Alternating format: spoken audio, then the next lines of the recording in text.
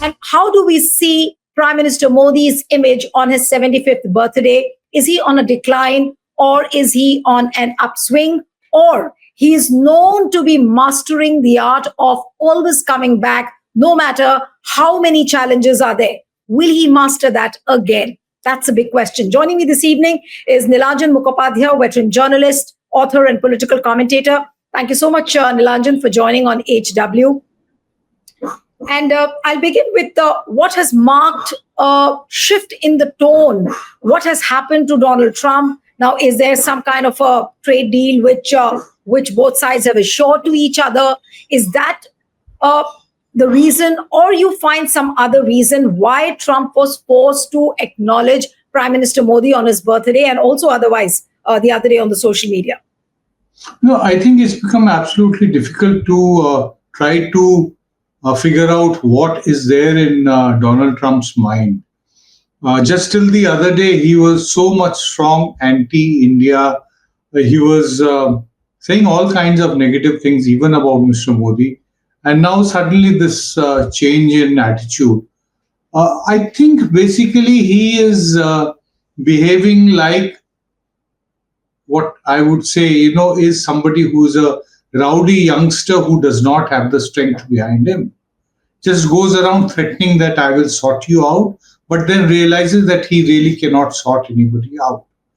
After all the accusations which were hurled against in India, no self-respecting leader would reach out the way he has done last night in the form of a phone call to wish Mr. Modi a happy birthday.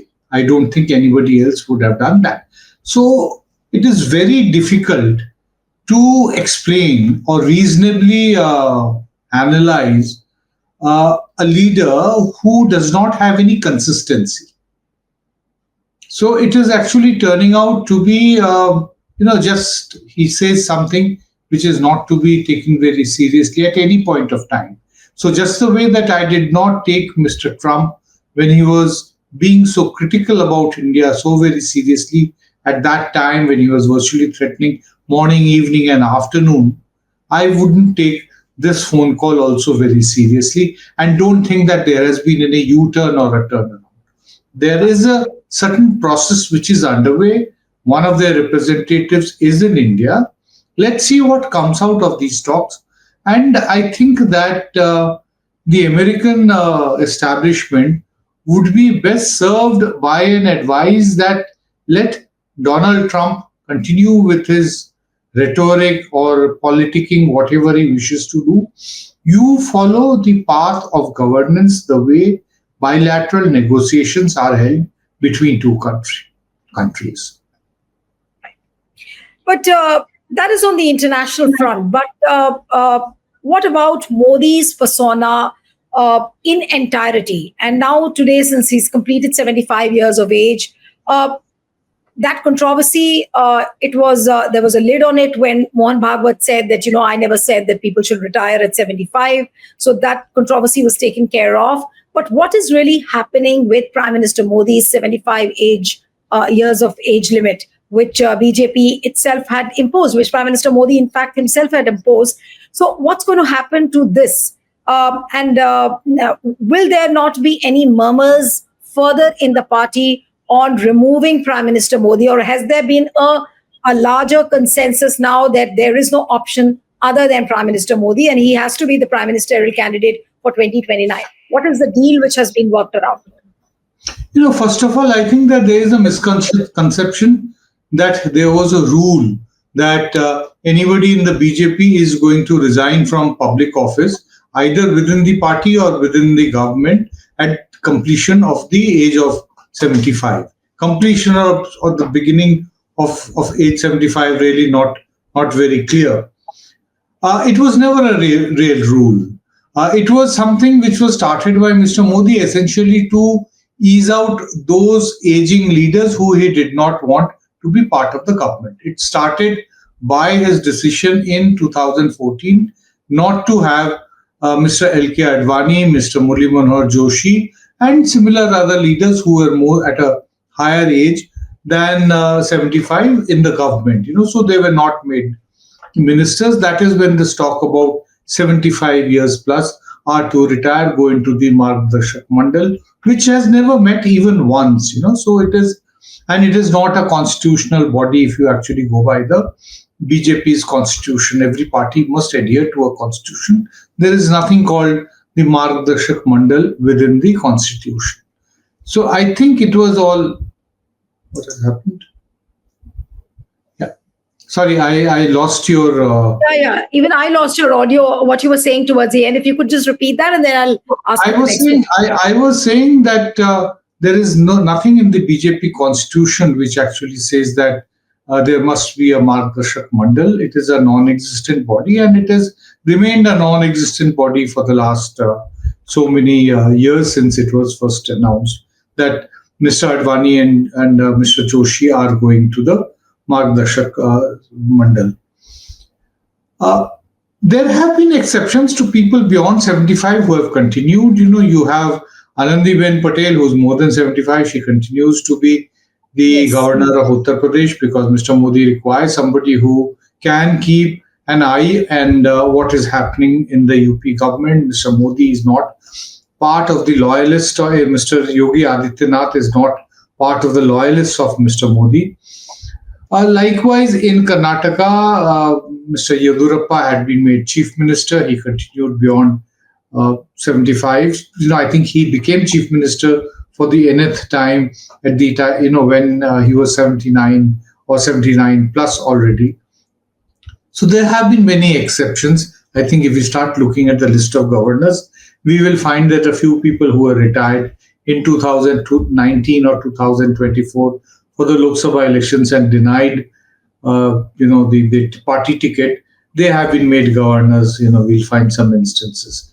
So it is actually a matter of convenience. And as of now, I think we can say with a certain amount of finality that this big question which had loomed, especially after 2024, that what will happen to Mr. Modi on 17th of September 2025, I think that question has become completely irrelevant. Mr. Mohan Bhagwat was saying that I never said, but then what did he say? I think, there couldn't something be more foolish than what he said that I never said. Because you said the entire world heard you, Mr. Bhagwat, and you went to the extent of actually quoting Moropant Pingle, who was actually one of the most revered leader of the RSS in the 1980s and early 1990s. Somebody who shepherded the Ayodhya agitation for which is instrumental in bringing the BJP to where it is now. So somebody who actually took it from scratch to actually making the BJP the dominant political party of the country. You quote him, and then you say that I never meant that people should retire at the age of 75. There couldn't be anything more ridiculous. But it just to say, let me complete. It just establishes that yes, Mr. Bhagwat definitely wanted Mr. Modi to go out of office, but his second statement is testimony to his utter failure to be able to do that. But utter failure is the thing, is the prism from which you would look at it, or you would say that there is some kind of a peace deal which has happened. Because since the time Mr. Radhakrishnan has been elected as the vice president of the country, and obviously with his RSS background and the kind of value addition which he brings for the BJP, in the BJP's context, that he's somebody from RSS, BJP has fostered him there. Now, is there some kind of a peace deal arrangement which has been worked out between Prime Minister Modi and Mohan Bhagwat? People are talking about that how, from utter discontent, how there has this kind of a consensus been arrived? No, I don't think there can be any peace deal with Mr. Modi because Mr. Modi is not really compromising. He doesn't feel the need to compromise. What is the basic issue? If you actually try to ask me that what was the biggest problem that the RSS have with Mr. Modi since, slightly early 2024, say sometime from the month of February and March, that is the time when they distanced away from the 2024 electoral campaign. And then thereafter, Mr. Bhagwat kept on making very, snide, offensive comments, in which he did not name anybody, but anybody who understood any politics knew that this was targeted at Mr. Modi. We have all covered politics and especially the RSS and the Sangh Parivar for long enough. We know that who is he, was he meaning that Asli Sevak and all that. We know it was all targeted at Mr. Modi. So the contentious matter is that the RSS does not like the functional autonomy or the independence that Mr. Modi seizes for himself while being in power. He has done this. He's functioned independent of the RSS from October 2001 when he became the Chief Minister of Gujarat. He has continued in the same vein from 2014, May 2014 onward. There has been no change in the attitude of Mr. Modi, the Prime Minister, from Modi, the Chief Minister, vis-a-vis the RSS is concerned. Doesn't really, consult them.